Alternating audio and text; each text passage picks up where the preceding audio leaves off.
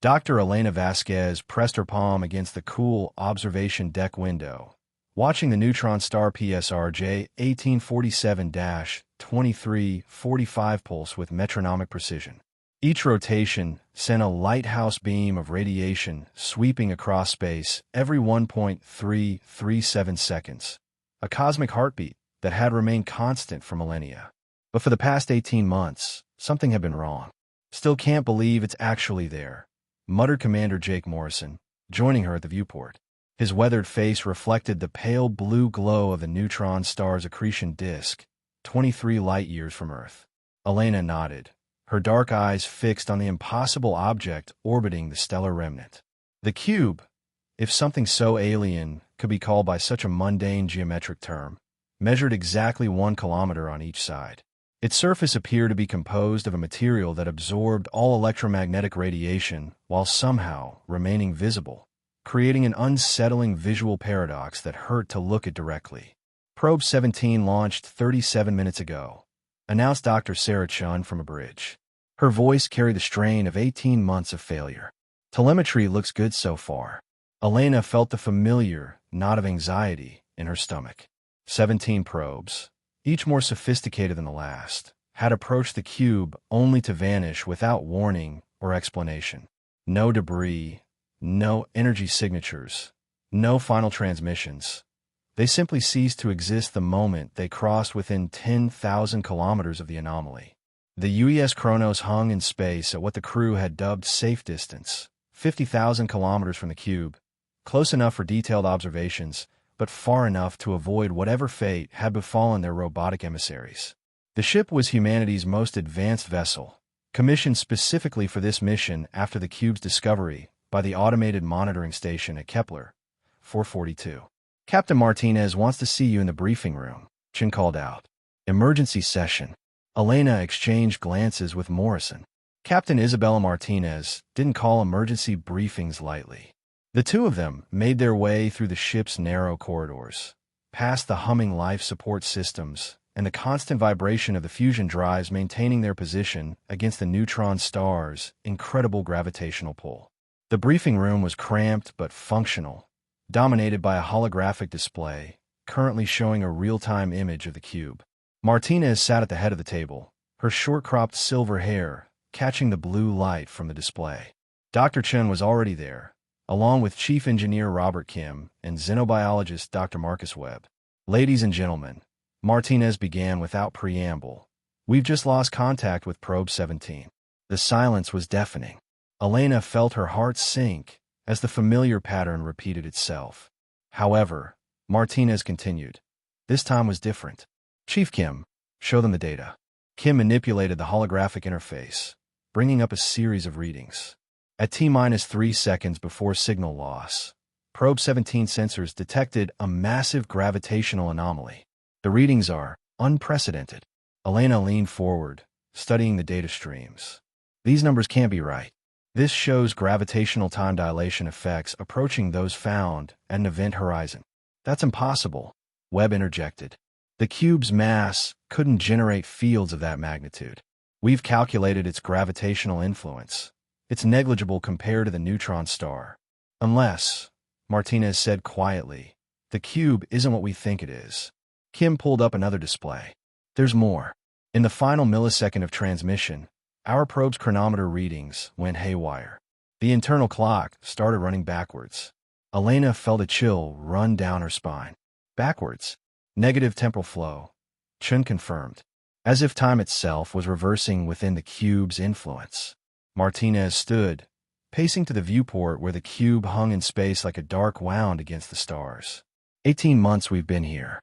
18 months of failed probes, of watching that thing just exist. Command is breathing down my neck for results, and, frankly, I'm running out of patience." "Captain," Elena said carefully, "surely you're not suggesting—" "I'm suggesting we do what we came here to do," Martinez interrupted. "We investigate. Up close and personal." The room erupted in voices, protests, concerns, alternative suggestions. Martinez raised her hand for silence. "I know the risks. But we have advantages our probes didn't. We have human intuition, the ability to make split-second decisions, to adapt. Most importantly, we have the quantum entanglement communication array. If something goes wrong, we can transmit our findings instantaneously back to Earth. Elena felt her mouth go dry.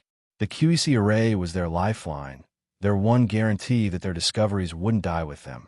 But approaching the cube meant almost certain death. 17 probes had proven that. "I need volunteers," Martinez said. 3 crew members for a close approach mission in the Hermes shuttle. Anyone who doesn't want to participate will remain aboard the Kronos to maintain the QEC link. The silence stretched. Elena looked around the table at her colleagues, seeing her own fear reflected in their faces. They were scientists, not soldiers. They'd signed up to study the anomaly, not become part of it. But they were also human, driven by the fundamental need to understand, to push boundaries, to answer the questions that kept them awake at night. "I'll go," Elena heard herself say. The words seemed to come from someone else. Morrison straightened in his chair. "Count me in, Captain." "And me," added Chun, though her voice trembled slightly. Martinez smiled grimly. "Very well. We launch in 6 hours. Dr. Webb, I need you to maintain the QEC link. Keep recording everything until there's nothing left to record." As the meeting broke up, Elena remained seated, staring at the holographic cube. Something deep in her mind whispered that they were making a terrible mistake, that some mysteries were meant to remain unsolved. But the scientist in her was stronger than her fear. She had no way of knowing that, in a few hours, she would meet a version of herself who would confirm her darkest suspicions. The Hermes detached from the Kronos with barely a whisper, its advanced ion drives propelling the small shuttle toward the waiting cube. Elena sat in the co-pilot's seat, watching the anomaly grow larger in the forward viewport. At their current rate of approach, they would reach the probe disappearance zone in 43 minutes. "All systems green," Morrison reported from the pilot's seat. Behind them, Chin monitored the shuttle sensor array and maintained the QEC link with the mothership. "Kronos to Hermes," came Captain Martinez's voice over the comm. "You are go for approach phase 1. Maintain continuous data stream." "Roger, Kronos." "Hermes beginning final approach," Morrison replied. Elena tried to focus on her instruments, but her eyes kept drifting to the cube. As they drew closer, it became clear that its surface wasn't the smooth, featureless plane they had assumed. Intricate patterns covered every visible face, geometric designs that seemed to shift and flow like living text. The patterns were beautiful and terrible, following mathematical principles that her mind couldn't quite grasp. "Are you seeing this?" Chin whispered. "The patterns, they're changing as we approach." Elena nodded, recording everything through a neural interface. The designs were definitely reactive to their presence, becoming more complex and vibrant the closer they came. It was as if the cube was awakening. 30,000 kilometers, Morrison announced. Still no sign of whatever happened to the probes. The neutron star dominated the right side of their view, its incredible mass warping space-time itself. Elena could feel the subtle effects of the gravitational gradient. Their feet were slightly heavier than their heads, and the stellar wind created a constant background radiation that their shields worked overtime to deflect. 25,000 kilometers, Morrison called out. His voice was steady, professional, but Elena could hear the underlying tension. The cube's patterns were now clearly visible to the naked eye, writhing across its surface like serpents made of light.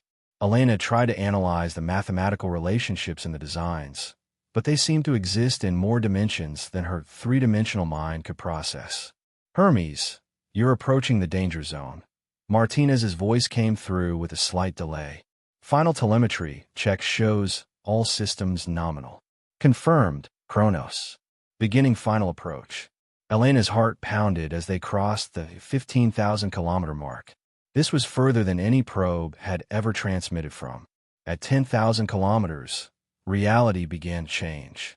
"Jesus Christ," Morrison breathed. The space around the cube was wrong. Light bent in impossible directions, creating fractal patterns that hurt to look at. The stars beyond seemed to stretch and contract like reflections in a funhouse mirror. Most disturbing of all, Elena could swear she saw movement within the cube itself, shadows that moved independently, of any light source. Chun, are you getting this? Elena asked. Every bit of it, Chun replied, her voice tight with concentration. The QEC array is working perfectly. This is all being transmitted back to Earth in real time. At 5,000 kilometers, the shuttle's chronometers began to malfunction.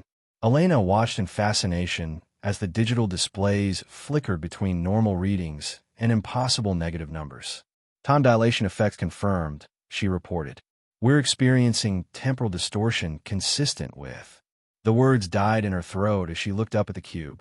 There, pressed against what appeared to be a transparent section of its surface, were 3 human faces.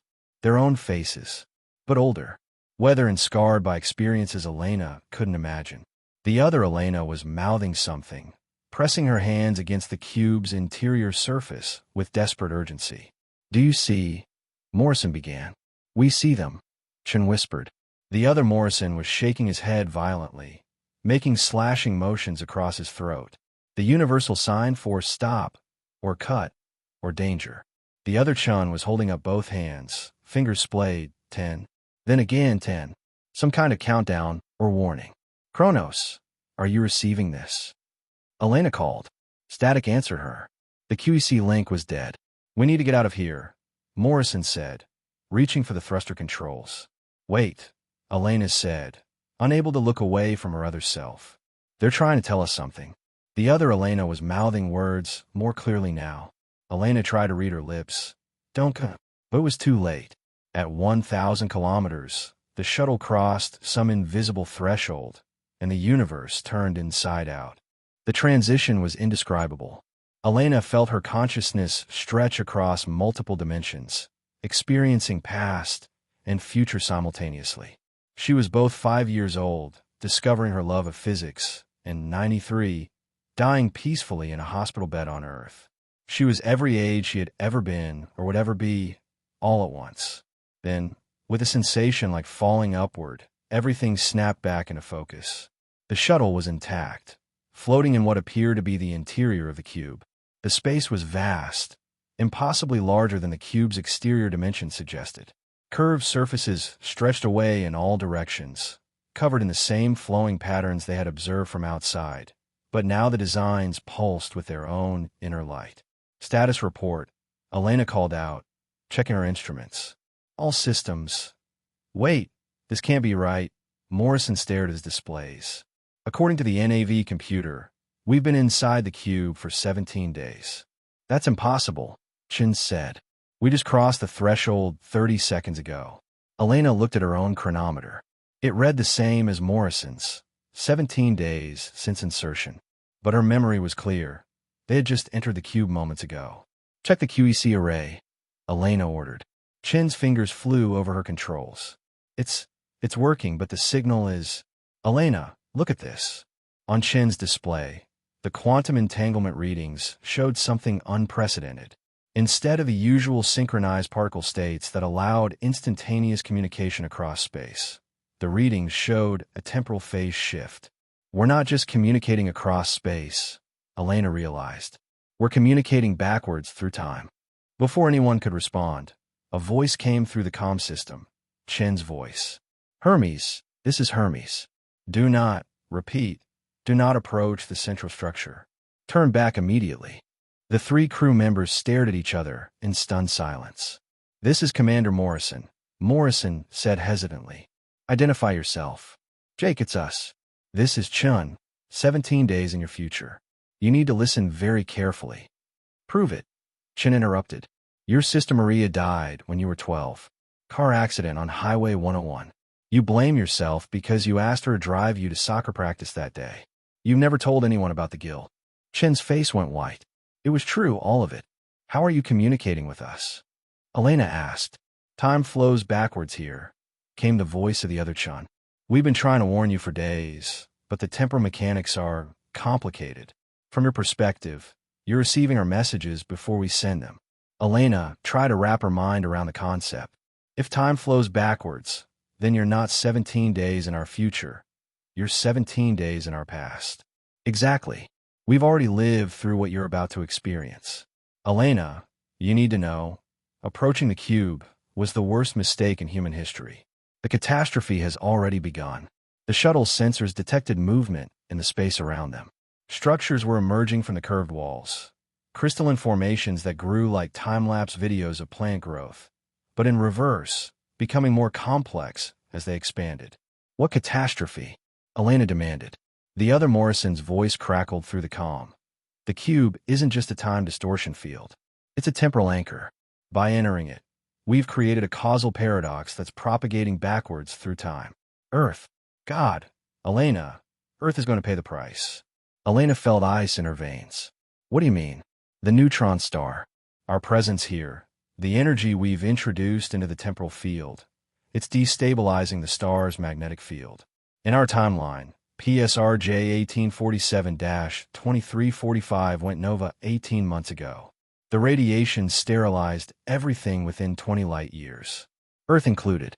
The words hit Elena like a physical blow. That's impossible. We're 23 light years away. Even if the neutron star went nova. It's not a normal nova. The other Elena's voice interrupted.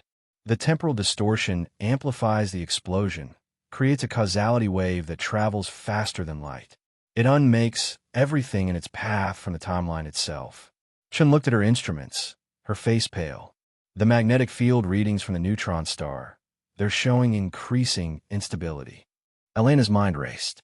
If their future selves were right, then by entering the cube, they had doomed not just Earth, but their entire causal history. Everything they had ever been or done would be erased. "How do we stop it?" Morrison asked. "You can't," came the grim reply from his future self. "We've tried everything. The only way to prevent the catastrophe is to never have entered the cube in the first place." Elena stared at the temporal readings on her screen. The causality loop was maddening.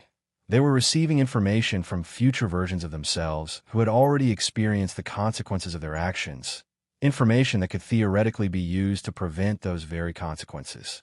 "Wait," Elena said. "If you're able to communicate with us, if time flows backwards here, then there might be a way. What if we could send information back to before we entered? Warn the Chronos. Warn ourselves not to make the approach." "We've been trying," the other Chin replied. "But the temporal mechanics are more complex than we initially understood. Information can flow backwards within the cube, but crossing the boundary, that's different. The moment you try to transmit information out of the cube, it creates a temporal shockwave." Elena looked at her companions. Morrison's jaw was set in grim determination, while Chin appeared to be on the verge of panic. "Show us," Elena said. "We need to see what you've learned."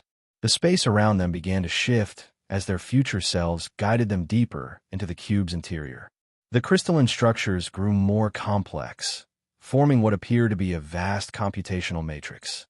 Elena realized that the cube wasn't just creating temporal distortions, it was processing them, using time itself as a medium for some kind of incomprehensible calculation.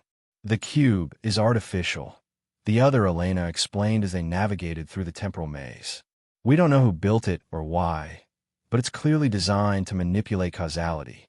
Our working theory is that it's some kind of temporal laboratory or testing facility." "Testing facility for what?" Morrison asked. "For this. For beings like us who discover it and make the mistake of investigating. We think the cube has been through this cycle before, many times. Each species that finds it makes the same choice we did, and each time, the results are cataloged and analyzed." Elena felt a growing sense of horror. They weren't explorers making first contact with an alien artifact. They were laboratory rats in a cosmic experiment. The shuttle rounded a corner in the crystalline matrix and entered a vast chamber at what seemed to be the cube's center. There, floating in a sphere of twisted space-time, was another Hermes shuttle. Their shuttle. But this one showed signs of damage, scorch marks on the hull, one engine nacelle completely destroyed. Through its viewport, Elena could see 3 figures in environmental suits. "Welcome to Day 17, came the weary voice of her future self. "Now you can see us face to face." The meeting between the 2 crews took place in the chamber's null-gravity field. Their shuttles docked together through an improvised airlock connection. Elena found herself face to face with herself. The other Elena was indeed older, lines around her eyes, a haunted expression, clothes that had seen better days. 17 days. The other, Elena said. That's how long we've been trapped in here, trying to find a way to undo what we've done. Elena studied her counterpart carefully. The wear and tear was obvious, but there was something else, a deep sadness that went beyond physical exhaustion. Tell us about the catastrophe, Elena said. Everything. The other Morrison gestured to a holographic display his team had jury-rigged from their shuttle systems. It showed the neutron star PSRJ 1847-2345, but the readings were terrifying. The star's magnetic field was fluctuating wildly, and its rotation was becoming unstable. It started 6 hours after we entered the cube, the other Morrison explained. The temporal field began interfering with the neutron star's magnetosphere. At first, we thought it was just localized distortion, but then the display showed a simulation of what had happened in their timeline. The neutron star's rotation suddenly accelerated, its magnetic field lines reconnecting with explosive violence. The resulting burst of energy was unlike anything in recorded astrophysics. Not just a nova, but something that seemed to reach backwards through time itself. The causality wave reached Earth before the light from the explosion, the other Chin said quietly. From our perspective, Earth simply stopped existing. 18 months ago, in our past, but we knew it was because of what we were doing here in what you would call our present. Elena felt sick, and there's no way to prevent it. We've tried everything, her future self replied. The temporal mechanics of the cube are incredibly complex. Every action we take creates new causal loops, new paradoxes. We've attempted to send warnings back to the Chronos, to sabotage our own shuttle, even to create a temporal feedback loop that would prevent us from ever entering the cube. Nothing works. Because of the grandfather paradox, Elena realized, if we succeed in preventing ourselves from entering the cube, then we never experience the future that motivates us to send the warning in the first place. Exactly. The cube seems designed to prevent any information from escaping that could alter the causal chain leading to our presence here. It's a perfect temporal trap. Elena walked to the edge of the chamber, looking out at the impossible geometry of the cube's interior. The flowing patterns on the walls seemed to pulse in rhythm with her heartbeat, as if responding to her emotional state. You said you think this has happened before, Elena said. Other species, other explorers. The other Elena nodded. We've found evidence. Fragments of technology, molecular traces of non-human materials. The cube appears to reset itself after each experiment. All that remains are traces in the quantum substrate. So we're not the first to make this mistake. No, and unless we find a solution, we won't be the last. Elena turned back to her future self. What happens if we simply don't try to escape? If we accept that we're trapped here and focus on understanding the cube itself? We've been down that path too, the other Morrison said. The temporal field has a cumulative effect. Every day we remain here, the distortion to the neutron star's field increases. Eventually, even without trying to escape, the star will go nova. Our presence here alone is enough to trigger the catastrophe. Elena felt the walls of the trap closing around them. No matter what they did, Earth was doomed. The knowledge was almost unbearable. There is one possibility we haven't fully explored, the other Chan said hesitantly. It's extremely dangerous, and the chances of success are minimal. Tell us, Elena demanded. The other Chan brought up another display, showing the cube's internal structure. The temporal field isn't uniform throughout the cube. There are weak points, areas where the causal barriers are thinner. If we could create a large enough disruption at precisely the right moment, we might be able to punch through the temporal boundary. What kind of disruption? Morrison asked. We'd have to overload our shuttle's fusion reactor, the other Morrison said grimly. Create a matter-antimatter explosion inside the temporal field. The energy release might be enough to create a causal shockwave that could carry a warning signal back to before we entered the cube. Elena stared at him. That's suicide. We're already dead, the other Elena said simply. Earth is already dead. This might be the only way to save our timeline.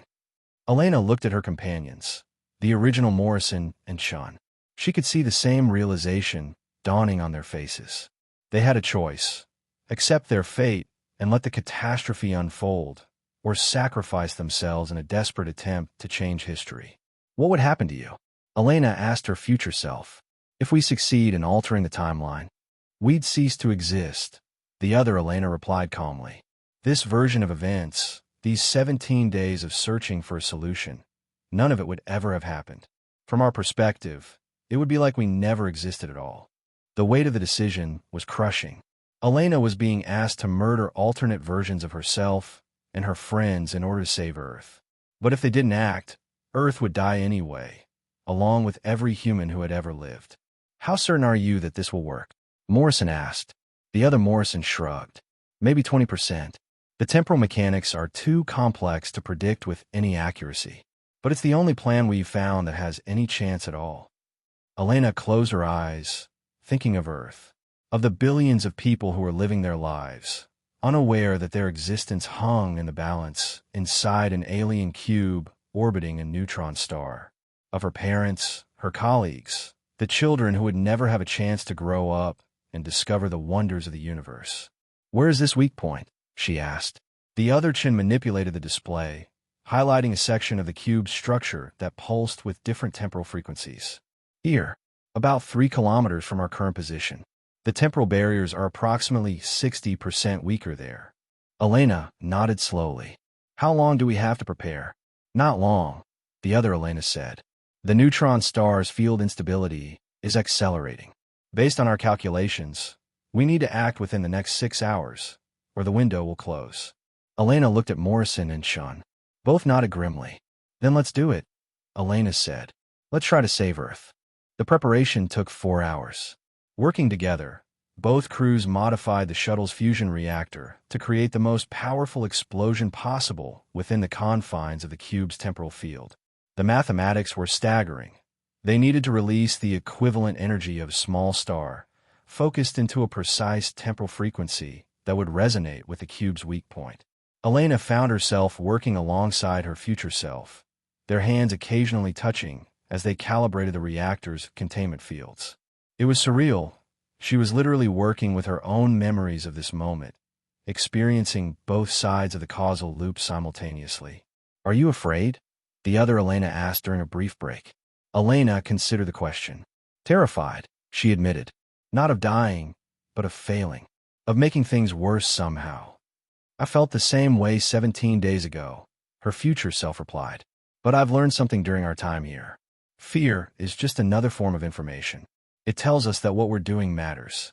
Elena looked at her worn, weary counterpart. Do you regret it? Entering the cube. Every moment of every day, the other Elena said. But I'm also proud of us. We saw something impossible and chose to investigate. That's what makes us human, our willingness to risk everything for knowledge. The reactor modifications were nearly complete. Morrison and his future self had worked out the precise detonation sequence, while the two chins had calculated the optimal positioning within the temporal weak point.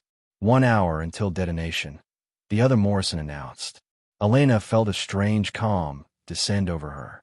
In 1 hour, she would either be dead or have never existed, or possibly both. The paradoxes were giving her a headache. There's something else you should know, the other Elena said quietly. The cube, it's been communicating with us. Elena frowned. What do you mean? The patterns on the walls, the geometric designs, they're not just decorative.